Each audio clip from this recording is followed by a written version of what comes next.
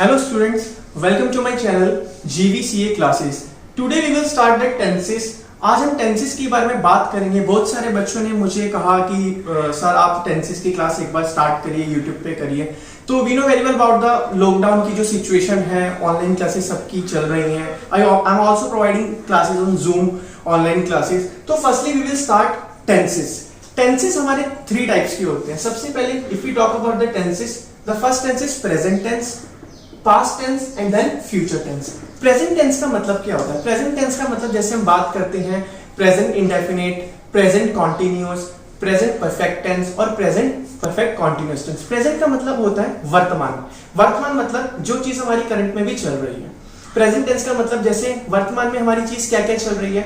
चार तरीके की चीजें हमारी वर्तमान में चलती हैं। पहली, मैं जाता हूं, मैं खाता हूं, मैं पीता हूं, मैं सोता हूं।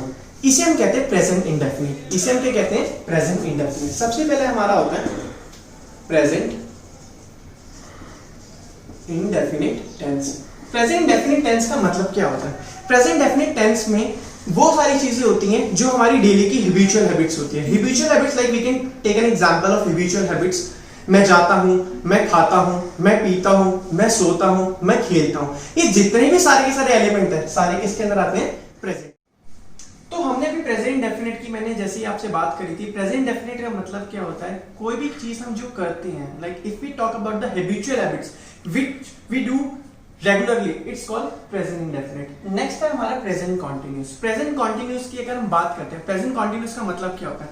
सबसे पहले प्रेजेंट कॉन्टिन्यूअस का मतलब होता है कोई भी काम जो करंट में चल रहा है, लाइक कॉन्टिन्यूअस में। जैसे we can take an example, मैं अभी पढ़ा रहा हूं, बच्चे खेल रहे हैं, बच्चे सो रहे हैं, क्या तुम जा रहे हो, क्या वह आ रहा है, क्या वह नहीं आ रहा है। जिस वाक्य के पीछे रहा है, रही है आता है, उसमें हम प्रेजेंट कॉन्टिन्यूअस टेंस की बात करते हैं। Now we will go on present perfect tense. Present perfect tense की जब हम बात करते हैं, हम रोज अपने डेली मतलब रूटीन में एग्जांपल्स वगैरह देखते हैं।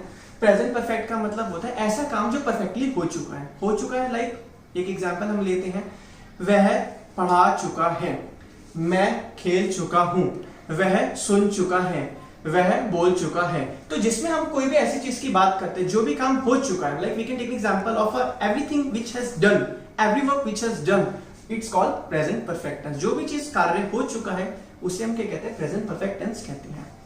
प्रेजेंट परफेक्ट कॉन्टिन्यूअस टेंस पे अब हम बढ़ते हैं, मूव ऑन करते हैं। Present perfect continuous tense. Present perfect continuous tense का मतलब क्या होता है? आप ही लोग इसका एग्जांपल रोज अपनी डेली रूटीन में देख सकते हैं। जब भी हम कहीं जाते हैं, आपने देखा होगा बड़ी बड़ी शॉप्स होती हैं, बड़ी बड़ी ज्वेलरी की शॉप्स होती है, कोई एमएनसी कंपनीज होती हैं, उस पे आपने देखा होगा वहां पे सिंस लिखा होता है। Since like this is the company since 1976, this is the company established which is from like 2017, which is a company is 2000। तो ये जितनी भी सारी की सारी चीजें हैं, जब सिंस वगैरह की हम बात करते हैं, सिंस का ही दूसरा एक वर्ड होता है जिसे हम एस्टेब्लिश्ड कहते हैं। सिंस और एस्टेब्लिश्ड एक ही चीज है।